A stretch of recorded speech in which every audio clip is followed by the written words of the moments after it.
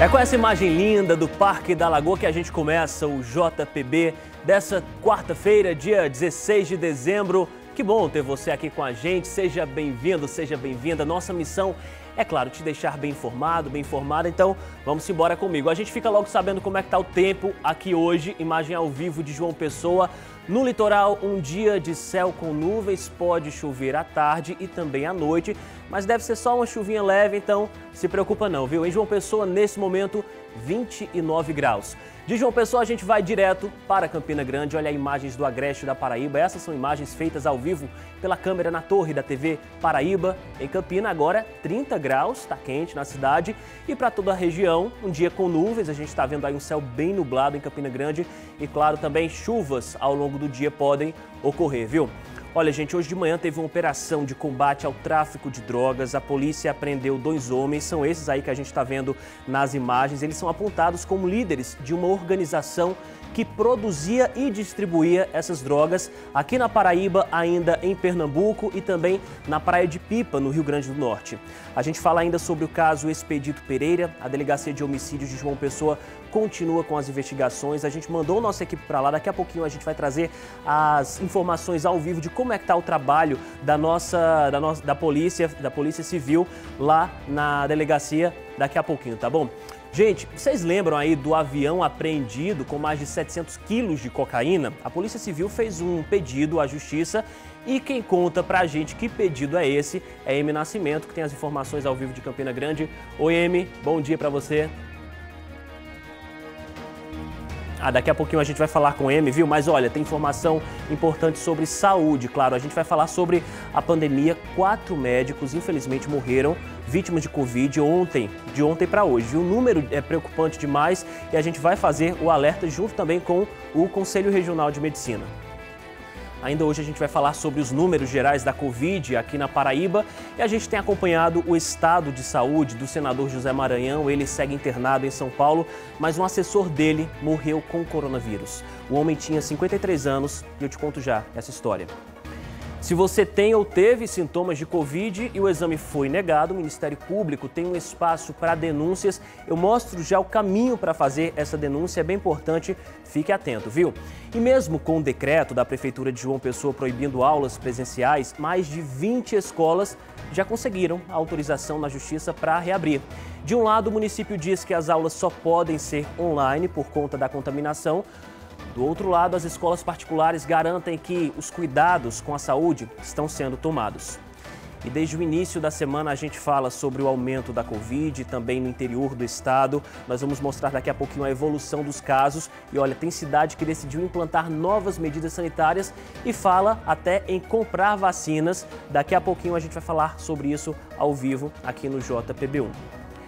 A Prefeitura de João Pessoa anunciou 2 concursos com mais de 600 vagas. A equipe de transição de Cícero Lucena, que vai assumir a Prefeitura ano que vem, diz que é favorável ao concurso, mas diz também que precisa analisar o número de vagas. Ainda na política, olha só essa novidade que pegou todo mundo de surpresa.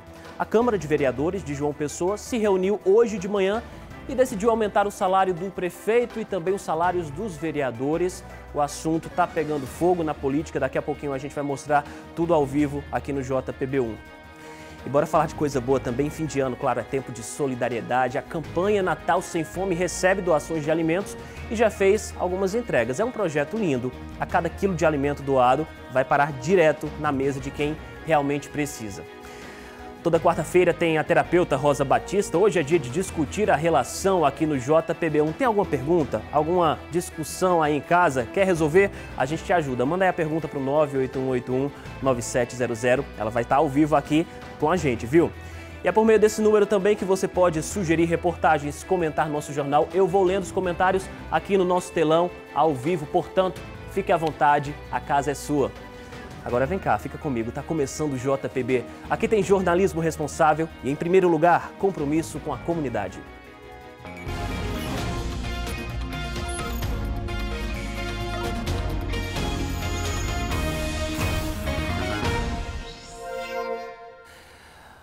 A Delegacia de Repreensão a Entorpecentes deflagrou a segunda fase da Operação Skunk no início da manhã de hoje, 2 homens foram presos. Eles são suspeitos de serem os líderes da organização. A partir daqui de João Pessoa, eles seriam os responsáveis por produzir e distribuir drogas, principalmente para as cidades de Tibau do Sul, no Rio Grande do Norte, onde fica a Praia de Pipa, e ainda Recife, em Pernambuco. Com eles, a polícia apreendeu drogas, uma quantia em dinheiro e alguns outros objetos. A polícia ainda apreendeu um veículo do tipo caminhonete. A investigação está sob a responsabilidade do delegado Bruno Vitor Germano. E uma loja de bicicletas foi arrombada na madrugada de hoje aqui em João Pessoa. O detalhe é que o suspeito foi detido logo em seguida por pessoas que chamaram a polícia. Fomos acionados por volta das 4 horas da manhã, via CIOP, que o indivíduo tinha arrombado a loja. E ao chegar no local ele já estava detido por alguns populares. E no local estava com a bicicleta e ele detido.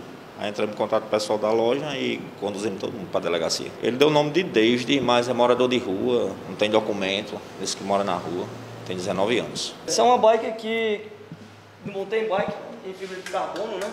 Bicicleta totalmente diferenciada, em torno de 17 mil reais.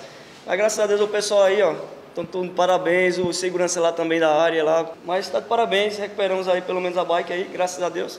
E o vidro lá a gente conserta lá, é o de menos. Gente, agora eu vou chamar Silvia Torres, ela está ao vivo na Central de Polícia, vai conversar com a gente sobre o caso do assassinato de Expedito Pereira, ex-prefeito de Bahia, que foi morto na semana passada aqui em João Pessoa. Silvia, boa tarde para você. Bom dia, na verdade. A polícia tem alguma novidade sobre esse caso? Como é que está o andamento da investigação? Bom dia. Bom dia, Ítalo. Bom dia a todos. Olha, a gente está aqui bem pertinho do acesso aqui à Delegacia de Homicídios na Central de Polícia, já esperando aqui alguma novidade, mas o que a gente soube agora há pouco é que saíram os mandados de prisão para Leon, que já está preso, né, por força de outro mandado de prisão, por estelionato, também para Jean Carlos e também para Ricardo, que é sobrinho de Expedito Pereira, né? E são as pessoas que são suspeitas aí de participação no crime do ex-prefeito de Bahia. Essa é a grande novidade do dia, por isso a gente está na expectativa aqui, porque o que a gente soube é que a polícia está nas ruas, está em diligência para prender essas pessoas, né? Esses suspeitos de participação no crime do ex-prefeito de Bahia. Bom, ontem eu estive aqui, eu pude conversar com o advogado de Jean Carlos, ele veio aqui prestar esclarecimentos, ele depois aqui, mas aí durante o depoimento dele, na verdade ele permaneceu calado, não é? Durante a apresentação dele aqui à Polícia Civil. O advogado disse que ele apenas participou do repasse da moto que teria sido usada no crime, que a moto pertencia a Neném. Esse Neném era amigo de Jean Carlos e aí ele teria, na hora os 3 estavam presentes, ele teria só repassado então para Leon, que precisava, enfim, fazer um serviço. Foi isso que o advogado falou. A gente tem aí a entrevista que a gente fez com ele, que é o Daniel Alisson, acompanha agora. Ele ficou em silêncio, ele não falou até porque a defesa dele, a defesa técnica dele ainda não teve acesso aos autos do inquérito. Então, sem ter acesso aos autos, a gente não pode também falar absolutamente nada. Leon pediu a moto emprestada, precisou de uma moto para fazer alguma cobrança, nas palavras dele, até alguma correria. E aí Jean, em consideração, disse, não, eu consigo a moto para você. E foi até Neném, que é amigo dele, pediu a moto emprestada e entregou na mão do Leon. E aí Leon foi embora e depois voltou sozinho e entregou a moto a Neném. O que a gente pode colaborar com a sociedade e com a polícia nesse momento é essas informações. Ontem também prestaram declarações aqui na Polícia Civil a viúva de Expedito Pereira e a filha caçula. Elas preferiram não gravar entrevista, a gente respeita, mas aí o sobrinho de Expedito, que está representando a família, que também é advogado, o Carlos Pereira, ele gravou uma entrevista e ele forneceu informações muito pertinentes e importantes para a investigação.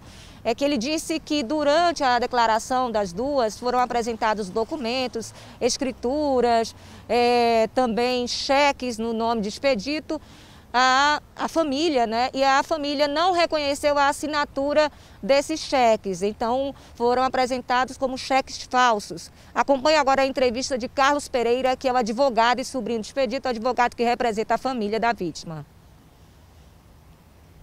documentos de propriedade do meu tio, como escritura de imóvel, um cheque em nome de expedito falsificado. A assinatura que está lá é totalmente absurda, nem chega perto da assinatura de expedito. A família não reconhece como assinatura do expedito? Não reconhece. Cheque e outros documentos que não me recordo, mas que a família reconheceu que era de propriedade de expedito, que estava na casa desse Jean. Bom, como o Carlos Pereira falou, esses documentos teriam sido encontrados na casa de Jean Carlos, né? A gente procurou mais uma vez o advogado de Jean Carlos, que disse que desconhece. Eu vou até dizer como ele passou a informação para a nossa produção. A defesa de Jean Carlos informou que desconhece a informação de que documentos foram encontrados na casa dele, com possível assinatura falsificada de expedito. Quanto a Leon, né, o outro suspeito de envolvimento no crime, ele está preso, mas, como eu falei, porque já existia contra ele um mandado de prisão em aberto por estelionato, né? Durante entrevista coletiva da Polícia Civil, a polícia falou que ainda tenta descobrir se um deles tem ligação com a autoria do crime, né? Mas até agora, essa é a grande novidade, porque saíram os mandados de prisão. A gente está aguardando aí já um posicionamento da Polícia Civil, que deve, enfim, conceder alguma coletiva para informar, né, a atualização desse caso, mas já saíram esses mandados de prisão e a gente está aguardando aí, de repente, alguém chegar preso aqui na Delegacia de Homicídios, na Central de Polícia. Ítalo, é com você. Muito obrigado pelas suas informações, Silvia. Qualquer novidade, pode chamar a gente que a gente entra com você ao vivo, tá bom? Um abraço. A Prefeitura de João Pessoa anunciou ontem a realização de 2 concursos públicos com 601 vagas para cargos de níveis médio, técnico e superior. São vagas para a área administrativa e também para a área de saúde. Felícia Arbex. Eu estou aqui na companhia de Ildevânio Macedo, ele que é secretário de Gestão Governamental e Articulação Política da Prefeitura, que vai passar para a gente as informações. As inscrições começam hoje dos 2 concursos?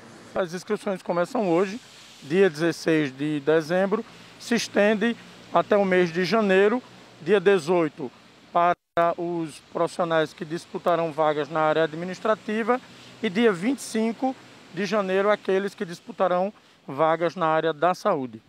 Como será realizada a prova? De que forma será realizada nesse período de pandemia, até lá, se ainda estivermos assim? Olha, as provas elas acontecerão no mês de fevereiro e acredito que com todas as medidas de proteção do distanciamento devido em relação aos concursos públicos.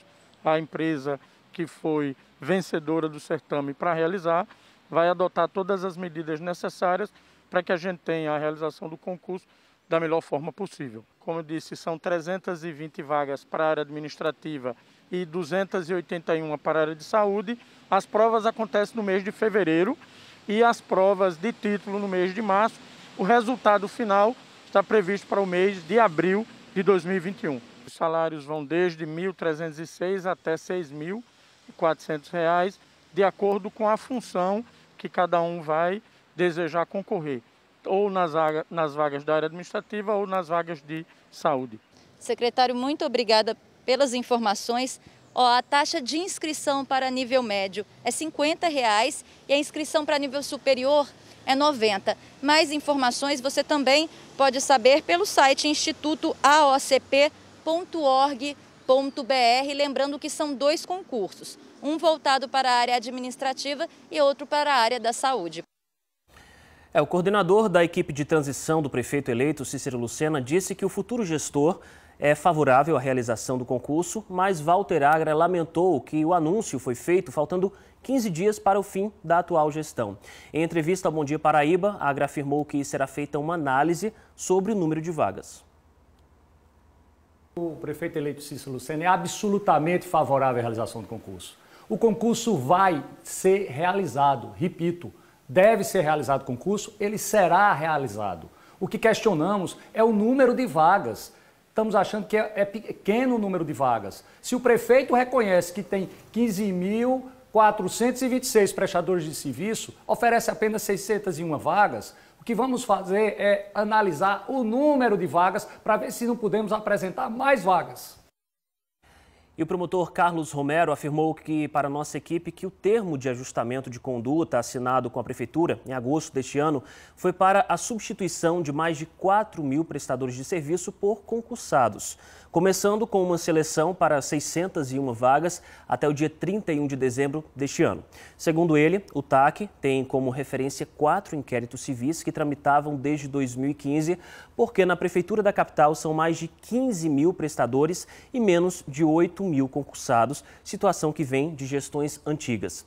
Para Carlos Romero, independentemente de quem vai assumir a Prefeitura, o concurso público precisa ser garantido e finalizou afirmando que não há nenhuma vedação a esse edital que foi lançado no fim de uma gestão e início de outra. Isso porque se trata de uma situação na qual os cargos já existem, já foram criados por lei. Eles serão apenas preenchidos. E o governo federal lançou hoje o Plano Nacional de Vacinação contra a Covid-19. A notícia é destaque no nosso portal de notícias, o G1 Paraíba, g1.com.br/pb. Aí a gente vê o link que vai para o G1 Nacional. O governo lança um Plano Nacional de Vacinação contra a Covid. O material já havia sido apresentado ao Supremo Tribunal na semana passada e esse plano prevê a vacinação inicial de 51 milhões de pessoas dos grupos prioritários. Mais abaixo a gente vê alguns detalhes sobre essa vacinação. Por exemplo, aqui o documento prevê primeiro grupos considerados prioritários por estarem mais expostos ao coronavírus ou serem mais vulneráveis. E aí serão várias etapas dessa campanha. Ainda de acordo com o governo, a vacinação deve ser concluída em 16 meses aqui no país, 4 meses para vacinar todos os grupos prioritários e em seguida 12 para imunizar a população geral. A gente fica acompanhando, lembro que esse destaque e outros você pode ver no nosso portal de notícias g1.com.br/pb. E os Ministérios Públicos Federal e da Paraíba abriram um canal para que a população de João Pessoa relate falta de testes para a detecção da Covid-19 aqui na capital. O número de reclamação aumentou e, de acordo com os órgãos, a falta de testes deve ser comunicada ao MPPB pelo site ouvidoria.mppb.mp.br ou ao Ministério Público Federal pelo aplicativo MPF Serviços. A adoção dessa medida para nortear a situação aqui na capital serve também para facilitar na atuação do Ministério Público. A gente está vendo aí o site, primeiro tem ouvidoria.mppb.mp.br e aqui também o aplicativo MPF Serviços. Tá bom, pessoal? E o secretário de Saúde de João Pessoa, Adalberto Fulgêncio, negou que esteja faltando teste na rede municipal. Ele lembrou que a realização de testes segue protocolos específicos e eles não são feitos em pessoas sem sintomas e sem encaminhamento de um médico da rede municipal.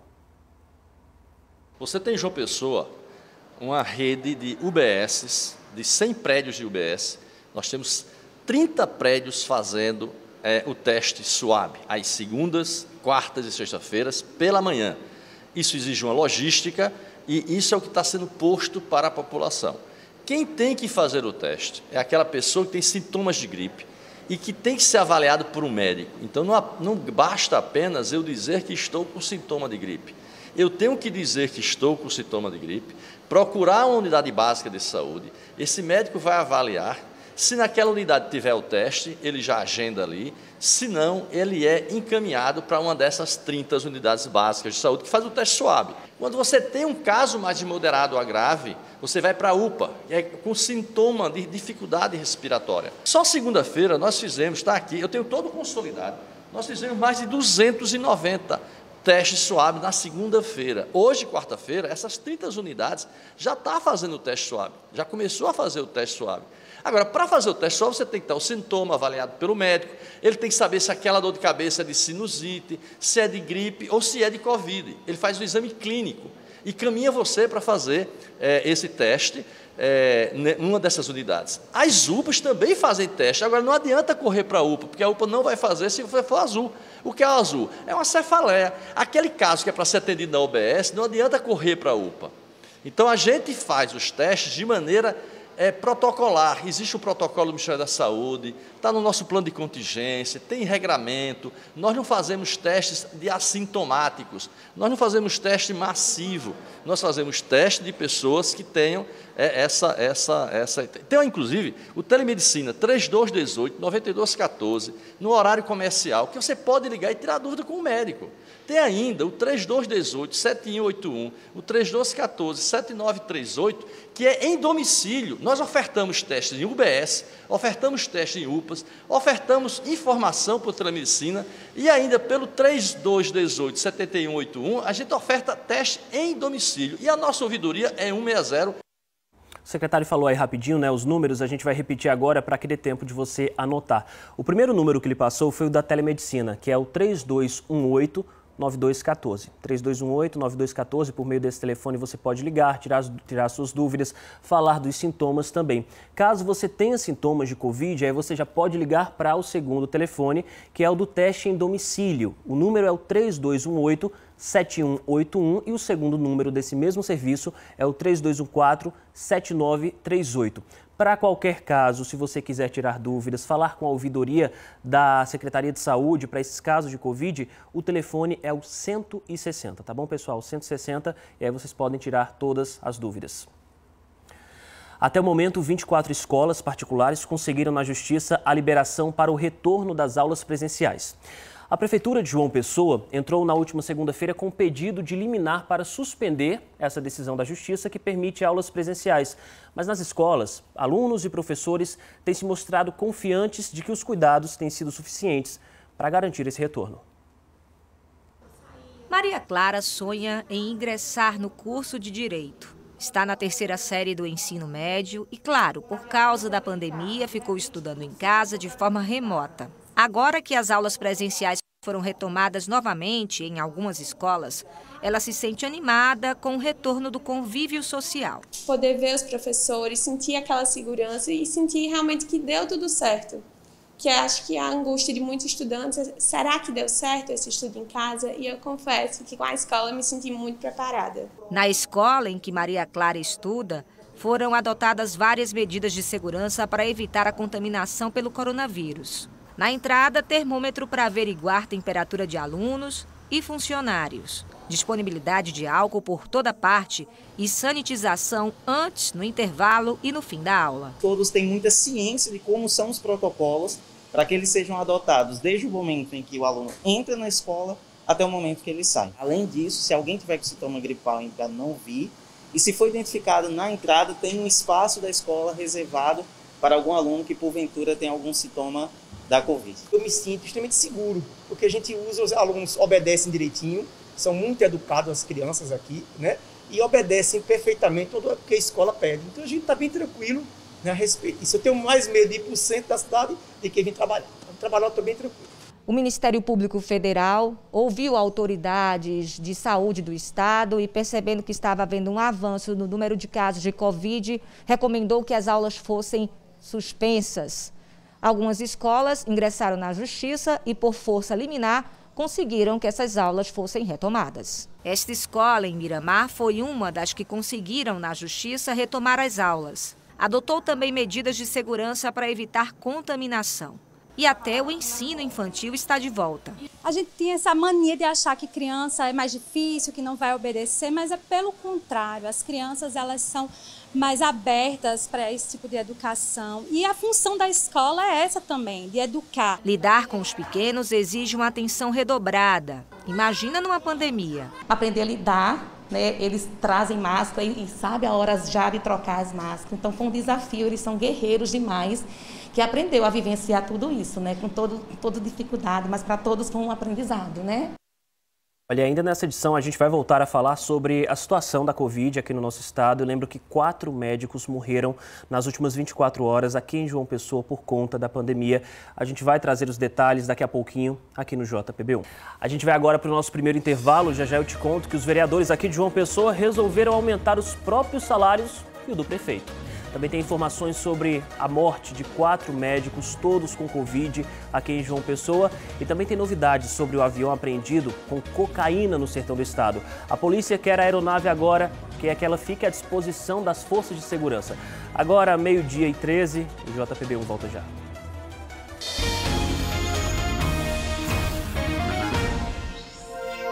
Quatro médicos morreram nas últimas 24 horas, vítimas da Covid-19. Quem traz essa notícia triste e ao mesmo tempo assustadora para a gente é Plínio Almeida, que já está aqui conosco. Plínio, boa tarde para você. Quando a gente fala nesses casos, né, a gente lembra que isso, desde o início da pandemia, já somam aí 20 médicos que morreram, fora outros profissionais de saúde. É uma perda muito grave para a gente, né? Boa tarde. É isso, Ítalo. Desde março, do início da pandemia aqui no Brasil e na Paraíba até agora, no estado são 20 médicos que morreram por conta da doença. E as últimas 24 horas foram as mais tristes para a medicina paraibana na pandemia. 4 médicos, né, que morreram. A gente, inclusive, vai falar de cada um deles um pouco aqui, né? Dr. Fernando Luiz Gomes de Carvalho, médico muito conhecido na região de Bananeiras e Serraria, atuava nesses hospitais dessas cidades no interior da Paraíba, ele que morreu ontem, né? Também doutora Vilma Bolitrô, pediatra, ela faleceu ontem, né, de madrugada, na verdade já hoje pela madrugada, e mais uma vítima da Covid-19, também doutor José Péricles Rodrigues Neves, ele médico radiologista, 71 anos de idade, era casado, deixa 3 filhos, morava na cidade de Souza, no sertão, conhecido como Dr. Pepé.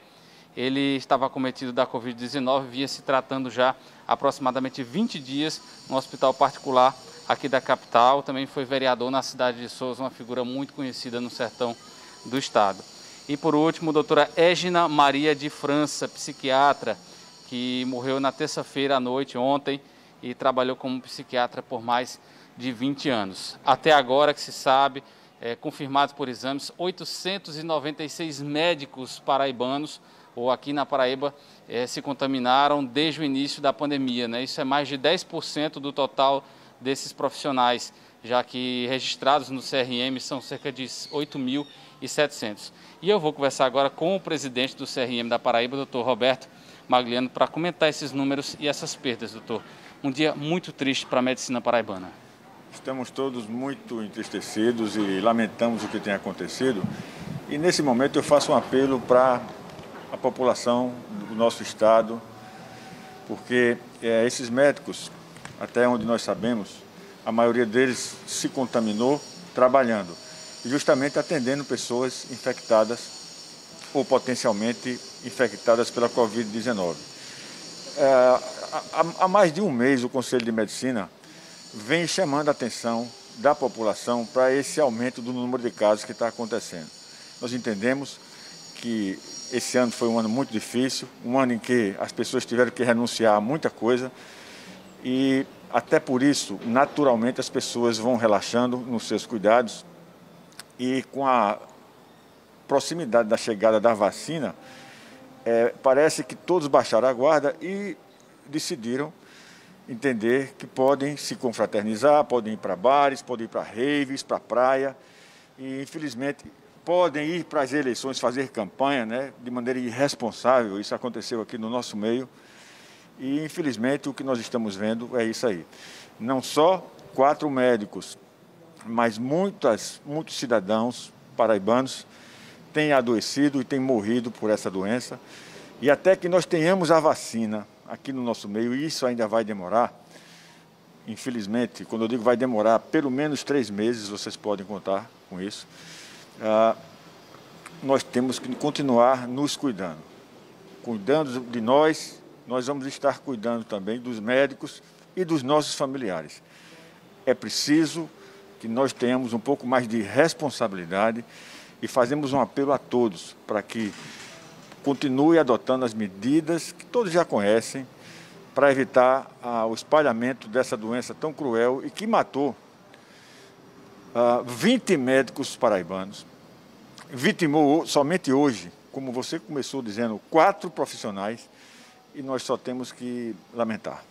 São 20 médicos, mais 896 que se infectaram, pelo menos oficialmente. Então, outros tantos que passaram por momentos difíceis ainda sofrem as sequelas, né? No primeiro momento os médicos tiveram os consultórios, foram fechados, as clínicas, e aí depois as pessoas precisaram retornar com atendimento médico também, porque as doenças vão aparecendo e se as pessoas não se contaminarem e não morrerem de Covid, mas tem outros tantos, doenças cardiorrespiratórias, câncer, enfim, tantas outras doenças que precisam ser tratadas. Então os médicos voltaram ao trabalho e eles precisam estar lá nesses postos e também ficam expostos ao vírus. Então, mais uma classe, assim como outras tantas da saúde e qualquer pessoa, qualquer um de nós, né, que estão expostos a essa doença e muitas vezes por conta da inadvertência e da irresponsabilidade de muitas pessoas. Exatamente. Durante todo esse tempo de epidemia, os médicos e todos os profissionais de saúde continuaram à frente dos seus postos de trabalho,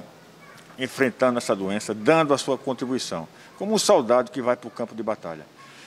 E nós vamos continuar trabalhando. Os médicos paraibanos têm dado um exemplo de como trabalhar e de como se dedicar à sua profissão.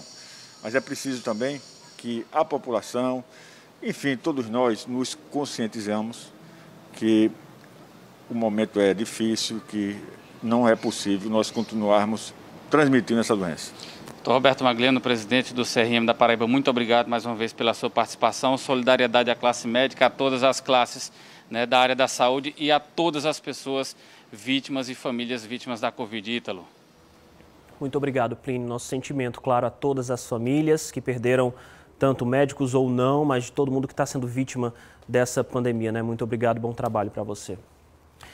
Outra vítima da Covid-19 foi José Bezerra Cavalcante Júnior, que chefiava o gabinete do senador José Maranhão aqui em João Pessoa.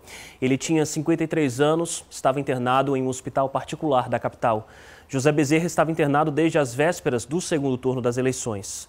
A gente fica aí com a nossa solidariedade à família dele. A gente aproveita a atualização também para falar sobre o caso do senador José Maranhão. De acordo com o último boletim médico, foi retirada a sedação e o senador segue internado na UTI de um hospital particular em São Paulo. José Maranhão segue entubado, mas apresentando um quadro clínico estável. Na programação da equipe médica está o início de uma retirada progressiva da intubação nas próximas 48 horas. Maranhão está internado desde o dia 29 de novembro. E a gente atualiza agora os casos de Covid-19 no nosso estado. De acordo com a última atualização, são mais 17 mortes, né? A gente tem aqui os números que foram divulgados pela Secretaria de Saúde da Paraíba. São 154.734 casos confirmados da Covid. O número de mortes também aumentando, infelizmente. 3.469 pessoas perderam a vida por conta dessa pandemia até agora. E os casos recuperados também aumentam 120.575 casos recuperados da Covid-19 aqui no nosso estado. Nessa outra tela, a gente tem a ocupação de leitos de UTI que a gente tem acompanhado. Em alguns casos subiram, outros desceram, como na região metropolitana. A gente tem aí 61% de casos de leitos ocupados, um aumento, a gente tem aí um aumento pequeno, mas um aumento. Em Campina Grande, 63% e no Sertão, 80% dos leitos de UTIs para adulto estão ocupados também. Agora a gente vai direto para a Câmara Municipal de Vereadores de João Pessoa. É que o clima esquentou por lá hoje porque os vereadores se reuniram e decidiram aumentar os salários. Isso mesmo que você ouviu. Fim de ano, crise, pandemia, e esse é o contexto em que essa novidade aparece. Quem vai trazer essas informações para a gente é o nosso comentarista político, Laerte Cerqueira, que quando soube da história foi direto para a Câmara Municipal para apurar essa história. Laerte, o que é que a gente tem de novidade aí? Boa tarde para você. Olá, Ítalo, boa tarde a todos que nos acompanham. Foi uma surpresa, para não dizer um susto, né? Porque o projeto para aumento de salário de vereadores, prefeito de João Pessoa, não estava na pauta, assim, ninguém estava discutindo isso, não foi publicizado. Me parece que foi, de fato, uma votação às escondidas, porque a gente só soube depois que o projeto foi aprovado. Nesse momento não tem ninguém na casa, mas a sessão acabou agora há pouco, foram aprovados alguns projetos, inclusive esses. São 3 projetos, um que aumenta o salário dos servidores, um que aumenta o salário dos vereadores e outro que aumenta o salário do prefeito, vice-secretários e do procurador do município. Eles passaram aqui pela Câmara de Vereadores de João Pessoa. E olha só, o aumento agora ficou da seguinte forma. É um aumento dos vereadores, no caso dos vereadores, escalonado. Em 2021, sobe de 15 mil para 16 mil, só em 2021, e em 2022 vai para quase 19 mil reais, de 16 para 19, porque é 18.990, mais ou menos. O salário do presidente sai de 2021, em 2021, ano que vem, sai de 18 mil para 21.730. E em 2022 até 2024, 24.600. Maior, inclusive, do que o do governador, que hoje ganha 23 mil reais. O salário do prefeito sobe para 25.500, hoje é cerca de 22 mil reais. O vice vai ganhar 19 mil, próximo vice. Os secretários, 17 mil, secretários do município. E os adjuntos e o procurador, 12 mil reais. Na votação aqui, alguns vereadores primeiro estranharam o projeto estar em pauta, porque ele já foi rejeitado em outro momento e voltou agora no penúltimo dia antes de acabar essas legislaturas, essas votações, porque amanhã será votada a LOA, a Lei Orçamentária Anual. Votaram contra esses projetos de aumento Lucas de Brito, do PV, que não foi reeleito, né? Sandra Marrocos, do PT, também não foi reeleita, mas Tiago Lucena foi o único reeleito que votou contra o aumento do salário dele, né? E dos outros parlamentares, além dos secretários do prefeito. Marcos Henriques se absteve e Marcos Vinícius não estava na votação.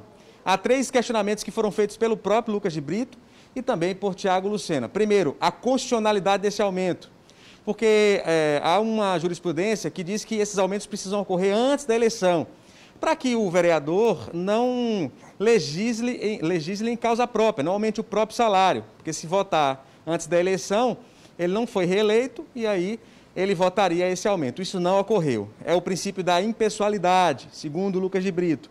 Outro ponto, segundo ele, o momento não é oportuno, por conta da pandemia, da crise econômica, das dificuldades fiscais do país e de João Pessoa, inclusive, não era momento para aumentar salário. E o outro ponto questionado é que esse projeto não passou pelas comissões principais, segundo Lucas de Brito, não passou pela CCJ, que é a comissão mais importante da casa. E mais, não teve um parecer oral, que é extremamente importante nesse tipo de votação. São 3 problemas levantados por Lucas de Brito na votação do aumento desses salários. Um outro ponto, tentei falar com o presidente da casa, João Corujinha, que foi quem colocou o projeto para votação. Ele já havia rejeitado a votação desse aumento, mas aí hoje colocou, não encontrei. Fui na sala VIP, fui na sala da presidência, passei pelos corredores e em seguida os funcionários disseram que ele estava em reunião. Ítalo, agora é esperar para saber se vai ser judicializado, esses projetos serão judicializados por conta desses problemas aí que os próprios vereadores que votaram contra identificaram, né? Primeiro, não passou pelas comissões, seria inconstitucional por conta do princípio da impessoalidade e por conta do momento da pandemia. É bom lembrar que, segundo o Tiago Lucena, os vereadores de João Pessoa não têm aumento de salário desde 2012, foi o último aumento. Esse aumento é de 4 em 4 anos e ele tem que acontecer um ano antes do início de uma nova legislatura. Com você. Muito obrigado, viu, Laerte? A gente vê aí que existem justificativas a favor e contrárias, independentemente de qualquer coisa. A gente vive num momento de pandemia, em que está faltando medicamento para muita gente, em algumas cidades, a gente vê falta de exame exatamente. Pode até ser que não seja ilegal, mas eu não sei se é moral fazer isso num momento como esse, né? A gente espera que o presidente possa falar com a nossa equipe ainda hoje. Muito obrigado pelas suas informações, bom trabalho para você, Laerte. No próximo bloco, a gente fala da campanha Natal Sem Fome. São vários pontos de arrecadação no estado e as primeiras famílias começaram a receber os alimentos, o que é uma felicidade muito grande. E ainda hoje tem a terapeuta de casais, Rosa Batista, falando de relacionamento. Não sai daí não, num instante só eu volto.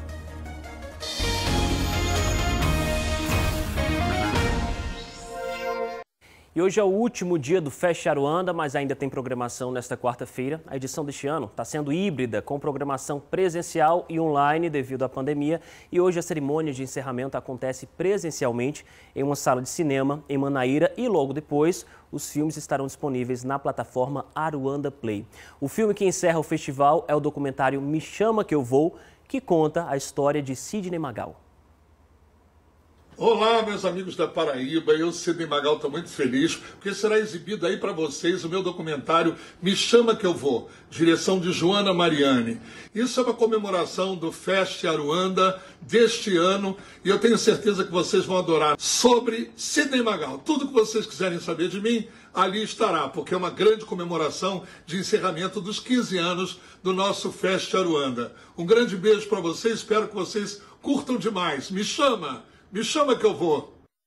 Muito bom, né? E a Assembleia Legislativa da Paraíba concedeu a medalha de mérito empresarial a José de Paiva Gadelha, ao empresário, a medalha José de Paiva Gadelha ao empresário José Carlos da Silva Júnior, diretor-presidente da São Brás.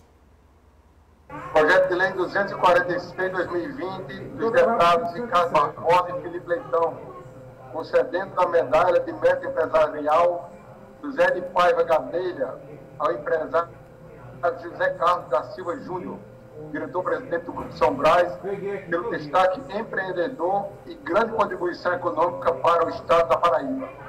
Designar relator especial. Lembrando que a urgência objetiva já foi aprovada para todos os projetos da aula do dia de hoje, inclusive para este. A Assembleia classifica José Carlos da Silva Júnior como grande empreendedor e destaca sua importante contribuição econômica para o Estado da Paraíba. A homenagem foi proposta pelo deputado Ricardo Barbosa e subscrita por Felipe Leitão. Na sessão virtual de hoje, os deputados também destacaram a conquista que a São Brás teve ao receber o prêmio de melhor café gourmet concedido pela Associação Brasileira da Indústria do Café. Última pausa de hoje, daqui a pouco a gente vai trazer novidades sobre o avião apreendido com 700 quilos de cocaína no sertão do estado. Tá vendo a imagem? Ao vivo tem Rosa Batista, que vai participar do JPB para falar de relacionamento. Se o seu tá com algum problema, manda pergunta pra gente pelo WhatsApp que ela responde. 981819700. Tô te esperando.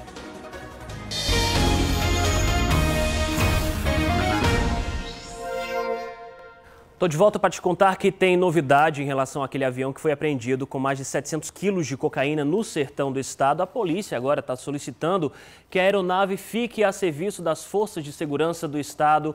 Arthur Lira está aqui. Arthur, qual a suspeita da polícia sobre essa empresa de táxi aéreo? Boa tarde para você.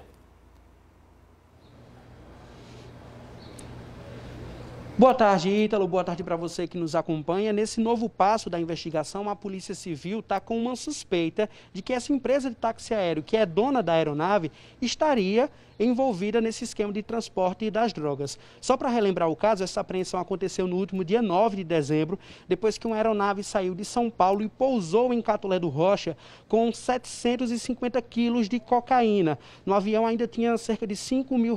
De imediato, 4 pessoas que estavam nesse avião já foram presas. Dias depois, a polícia também prendeu um funcionário que presta serviços ao aeródromo de Catolé do Rocha e agora a investigação ganha esse novo passo. A Polícia Civil fez esse pedido à Polícia Federal de Souza para ficar com essa aeronave, para que ela fique à disposição da Polícia Militar, da Polícia Civil em outras investigações. Bem, a aeronave ela vai ficar na cidade de Bahia guardada e a Justiça Federal está avaliando esse pedido da Polícia Civil. A informação do juiz é que, como tudo ainda é suspeita, ele prefere aguardar o fim da investigação e aí sim, dependendo do inquérito, indicando ou não o envolvimento dessa empresa, decidir se a aeronave pode sim ficar à disposição da polícia ou se vai voltar para a empresa. Só reforçando, hoje a nossa equipe de produção tentou entrar em contato com a empresa de táxi aéreo, mas não conseguiu. Quando o crime aconteceu e houve o flagrante, a empresa emitiu uma nota dizendo que não tinha conhecimento do que estava sendo transportado. A empresa informou na época que recebeu o contrato com um pedido de transporte de peças automotivas que estariam em caixas lacradas e que não caberia à empresa fiscalizar essa carga antes do embarque. Ainda na nota, a empresa disse que o piloto e o copiloto que estavam na aeronave que foram presos não tinham envolvimento com esse transporte, não sabiam inclusive que era droga que havia dentro do avião. A gente continua aguardando e esperando mais novidades sobre esse caso. Eu volto com você, Ítalo. Tá, beleza, Arthur. Muito obrigado pelas informações. Bom trabalho aí para você. A gente segue acompanhando, sim, esse caso. E hoje, quarta-feira, é dia de DR aqui no JPB1. Rosa Batista, terapeuta de casais, responde às perguntas dos nossos telespectadores. Boa tarde, Rosa, seja bem-vinda. Boa tarde, já estamos aqui a postos. Preparados, né? Ó, vamos para a primeira pergunta logo. A pergunta diz o seguinte: tem um relacionamento há 9 anos e ele não gosta que eu cobre nada a ele. É normal isso? Eu acho que não está falando de dinheiro, não. Acho que é cobrança de relacionamento mesmo. Isso é normal? De comportamentos, né? Isso. Então, quando fala cobrança, né, a gente nunca já fica se assusta. Cobrança. Se você talvez vá de uma forma mais sutil, mais tranquila, pergunte para ele por que ele se sente incomodado como você cobra. Porque às vezes é a forma, né? E às vezes ele tem algum problema com relação a ser cobrado. E acontece que algumas pessoas, quando elas são cobradas, elas ficam meio que travadas. Então veja o que acontece, pergunte para ele por que ele se sente tão mal, por que ele não gosta, tente entender algumas razões e pontue por que você cobra, o que você precisa, para que vocês possam chegar no equilíbrio.